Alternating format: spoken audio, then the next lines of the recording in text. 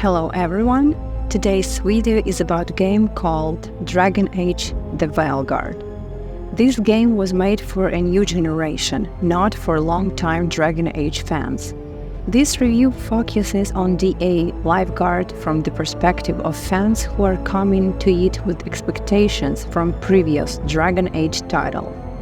In isolation, this game is a very good action RPG, one of the best on the market, so if that's what you're looking for, Veilguard is worth your time. I recommend this game with caution.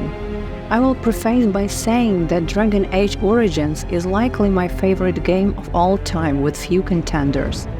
That being said, I think every entry has something good to offer if you are willing to enjoy each game for what they are rather than what you want them to be.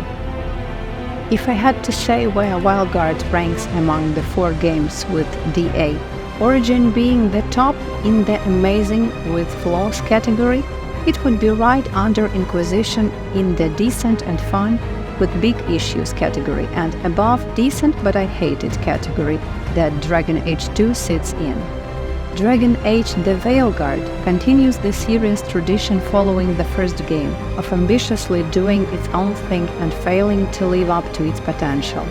It fully embraces the series' shift over the last couple games from a dark fantasy CRPG to a high fantasy action ARPG, and I would describe the experience like showing up for Dragon Age and getting Hogwarts Legacy, which was definitely an unexpected, honestly unwelcome change in energy and tone for me. There is still some darkness in the game, but is pretty sanitized and shows up in specific moments before being lampooned by some cringy, witty dialogue, the Disney Marvel approach. You can't even really be a bad guy or be mean, every choice has a positive spin, and are firmly the cool chosen dude to stop the mainly cartoonishly evil villains from ending the world. Most of the choices you make don't really matter or change much, and the ones that do are often lame choices in my opinion. That all sounds pretty negative on the surface, but I actually think that broadly speaking, the main plot of gathering allies and going on a suicide mission delivers pretty well, and the finale was pretty great. Though I don't know how I feel about how things actually resolved and what it will mean for the story going forward, if it goes, of course.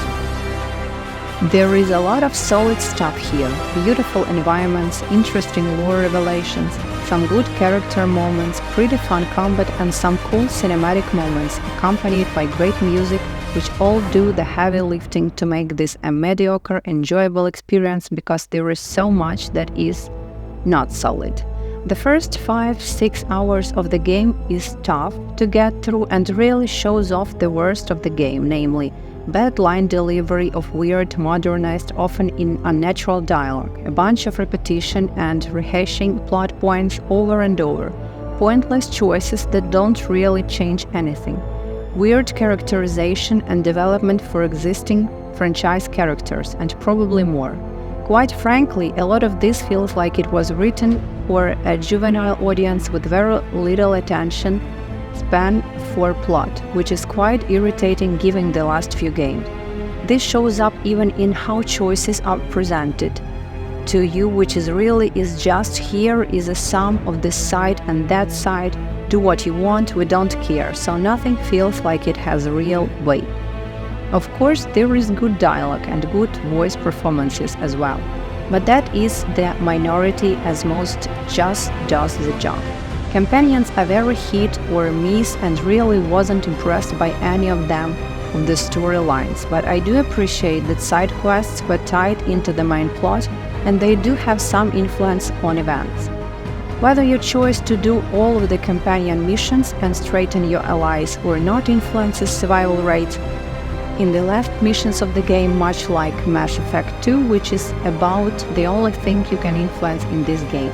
The combat, while fun, gets annoying and repetitive as the game progresses and enemies get pretty aggressive, as there is often too much happening at once, but you will learn to deal with it, especially since the game isn't hard, subjective, I know.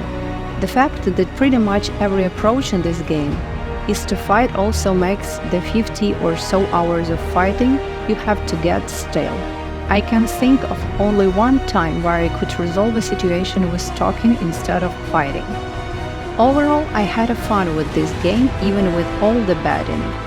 I am not too excited about the direction the series has gone in, but I have felt that Base is the second game.